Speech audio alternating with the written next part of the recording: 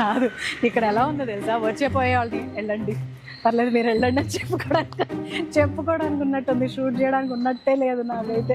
వాళ్ళు వచ్చి అక్కడ ఆగిపోతారు, పాపం ఇబ్బంది కదా. సరే వెళ్ళండి, సరే వెళ్ళండి. ఇప్పుడు చూడండి ఇంకో వెహికల్ వస్తుంది చూస్తుండే కానీ, చూడండి ఇది నా పరిస్థితి. ఈ వీడియోని అయితే తప్పకుండా చూడండి, ఆటోమొబైల్లో ఫుల్ లెంత్ వీడియో అయితే ఉంటుంది డాష్ క్యామ్ గురించి. దానిలో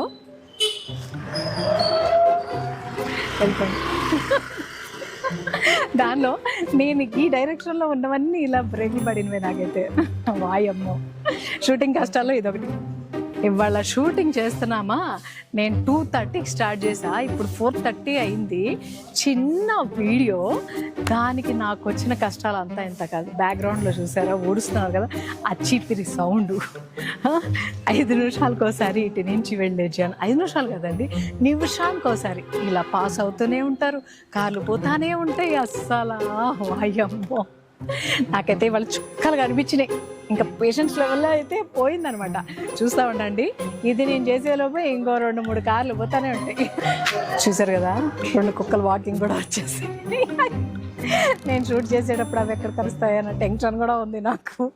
వీటన్నిటికీ బ్రేక్ ఇస్తూ బుర్రలో ఉన్న కంటెంట్ని మర్చిపోకుండా, ఆ ఫేస్లో స్మైల్ చెరగకుండా వీడియో చేయడం అంటే మామూలు విషయం కాదు బాబోయ్.